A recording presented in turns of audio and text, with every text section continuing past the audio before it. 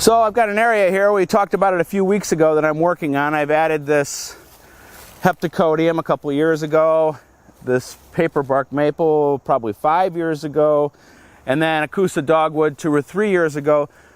Even though it's been dry, even though they're in this woods, because they've become established, they're not worried about it. Now, I have planted a dogwood, and you saw me do it probably 3 weeks ago, and I might have killed it. We're going to take a look at that. But before I do that, I'm going to kind of clear this out, let these trees do their thing, and then meet me down at the almost dead dogwood.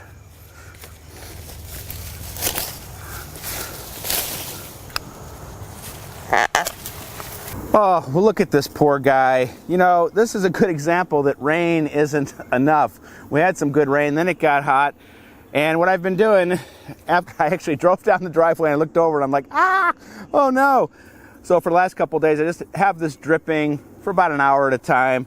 What I should have done is I should have mulched this. Now I'm hoping that this is just kind of going early into its fall dormancy, that I didn't kill it. This was one of those $10 trees. You can see the central leaders cut right there, but I'm hoping it comes back. And so all I'm going to do to help things out here a little bit is just give it a little compost as a mulch, as opposed to like a bark mulch. And every time it rains, this compost will release its nutrients. Number one thing when you're mulching, it should not touch the bottom of the plant. And so we'll just kind of spread it around. Should be more of a donut than a volcano. Never volcano mulch. That is the wrong thing to do. And hopefully, this tree will be okay, but we'll see. All right, meet me in the vegetable garden. I'm going to show you how to get those tomatoes to ripen. It's time. You know, with those trees, I should follow my own advice. Water, water, water after planting. Now, I've had lots of people sending me questions. Doug, when are the tomatoes going to turn red? We've been picking, but some people haven't yet. And one little trick when we get to September is just to cut the tops of the plants off. You don't need it putting energy into these flowers and trying to make more fruit. The fruit is never going to make it. And so we're just going to kind of cut the tops off, which kind of puts that plant into panic mode. There's a few up here. And hopefully we'll turn those tomatoes red for you. Tomato season is one of the reasons to garden. We are starting our perennial planting, and that's what's next. Now let's see what else I can do here. There's one. These are going to go into the compost pile. They look good. Oh, here's one. This is a new one from Burpee called Shimmer. I like that. What's the number one thing we do when we plant perennials? Add compost. Well, I couldn't resist this brand new type of Joe Pye wheat that I saw at the nursery. It's called Pink Frost. Has variegated foliage and beautiful pink flowers. Joe Pye wheat is indestructible. I'm gonna plant it out here unprotected. The deer don't like it, they won't eat it. And all we're gonna do is dig a planting hole, add the compost, mix in some native soil, stick the plant in, pour on the water, and we'll be done. This dirt looks pretty good, actually.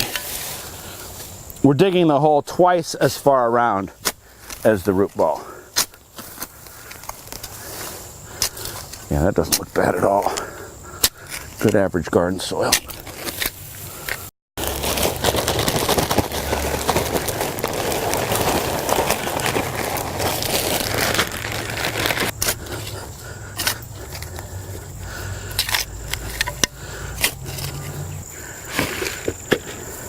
It looks pretty good.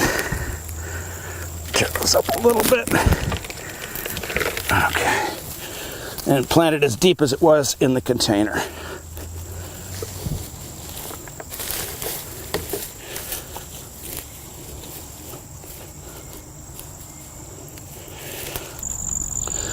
All right, now all I have to do is go all the way down to where that dogwood is, drag that hose all the way up here and put some water on this. I hate dragging that hose around. All right, I got one more thing to show you, and then we're gonna finish up. That's gonna be nice, only gets 3 foot tall. Perfect spot for it. Well, you know me, the bargain hunter. This Clematis is called Sweet Summer Love, and look at it. 50% off. This was the best looking plant at the nursery. And one trick when planting vining crops like Clematis. I'm going to plant this so that it grows up this viburnum. The viburnum will bloom, and then later this will bloom, and it'll make it look like this is part of the vine, or the vine is part of it. Either way, it's going to be beautiful. All right, let's finish up. You don't have to watch me plant this. Fall is one of the most important time for gardeners. In the next few weeks, we're going to be planting lots of cool stuff, bulbs, shrubs, more perennials, trees, and other things too. Now check me out online. That's where you can find lots of other information about gardening and how to join my Seed of the Month Club. Until next week, I got to go down and get that hose and drag it back here. We'll see you then.